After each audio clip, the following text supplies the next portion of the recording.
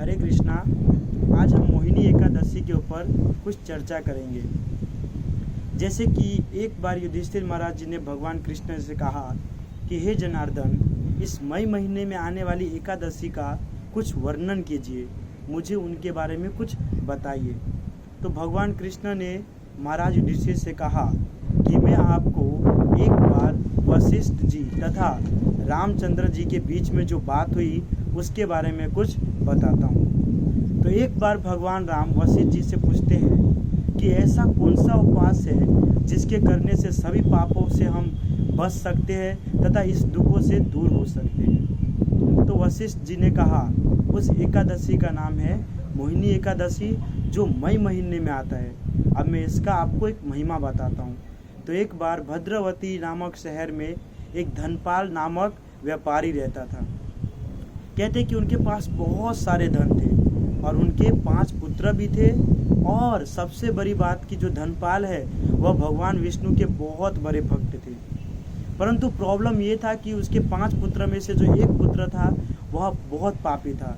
उनका नाम धृष्ट बुद्धि था।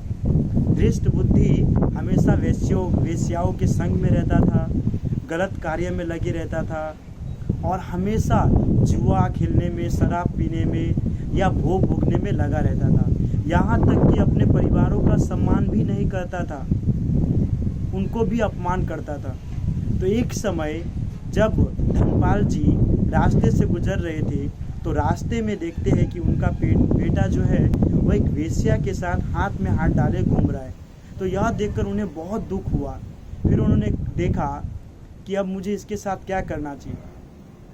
तो जब उनका बेटा घर पे आया तो उनको घर से निकाल दिया उन्होंने। फिर वह निकाल दिया तो जो उनका बेटा है धृष्ट बुद्धि, वह वेश्या के साथ एक घर बनाकर रहने लगा। लेकिन कुछ ही समय में उनके पास जो धन था वह खत्म हो गया।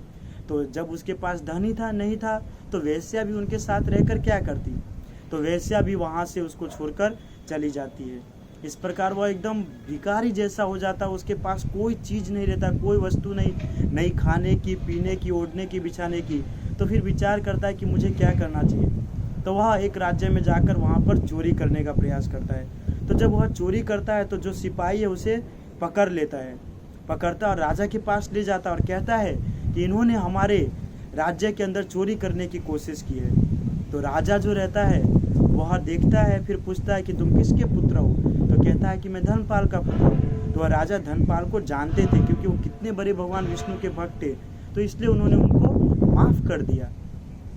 फिर जो है उनका पुत्र कुछ समय के बाद वापस चोरी करने का प्रयास किया, क्योंकि उसकी जो लाइफ है वो एकदम दुखों से भरा हो गया।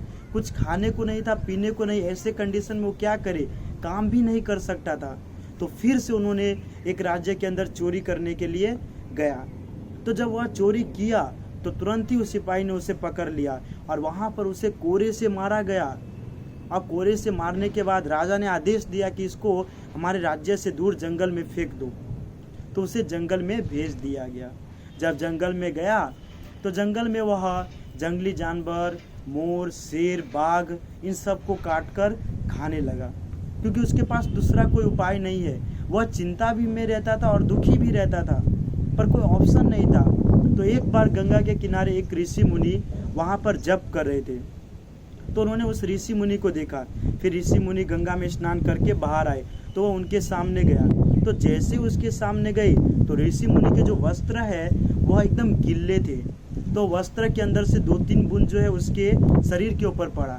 तो जैसे ही उसके शरीर के ऊपर वह बूंद पड़ा वह एकदम शुद्ध अवस्था में हो गया। शुद्ध अवस्था में होने के बाद वह ऋषि मुनि से प्रार्थना करता है कि हे ऋषि मुनि, मुझे कुछ ऐसा उपाय बताइए जिसके कारण मैं इस पापमय जीवन से बाहर आ सका हूँ, क्योंकि मैंने बहुत सारे पाप किए हैं, बहुत सारे दुष्कर्म किए हैं। यहाँ तक कि अपने फैमिली को भी मैंने कभी रिस्पेक्ट नहीं किया, उनको भी अपमान किया। तो कृपा करके मुझे कुछ ज्ञान बताइए, कुछ मुझे बताइए कि मुझे क्या करना चाहिए। और ऋषि मुनि उसे कहते हैं कि मई महीना के अंदर एक एकादशी आता है जिसका नाम है मोहिनी एकादशी। अगर तुम मोहिनी एकादशी का व्रत विधि पूर्वक करोगे तो सभी कष्ट तथा समस्याओं से मुक्त हो जाओगे। तो वह जो धनपाल का पुत्र है धृष्ट, वह चालू कर देता है एकादशी करना। और जैसे एकादशी करता है धीमे धीमे धीमे उसके मन के अंदर जो गलत भाव थे वह सब खत्म होने लगता है और अच्छे मार्ग पर चलने लगता है। एक समय जब उसकी मृत्यु होती है तो विष्णु के वाहन गरुड़ देव, जो गरुड़ देव है, वह खुद आते और उसको वहाँ से लेकर जाते हैं। तो एकमात्र मोहिनी एकादशी का उपवास करने से वह इतने सारे पापों से मुक्त हो सका और भगवान के धाम में जा सका। तो इसलिए प्रत्येक व्यक्ति को एकादशी का उपवास करना चाहिए, क्योंकि यह भगवान के लिए किया गया उपवास है, स्वयं के लिए नहीं। इसलिए प्रत्येक व्यक्ति का यह कार्य है, उसका धर्म है। हरे कृष्णा। श्रील प्रभुपाद की जय।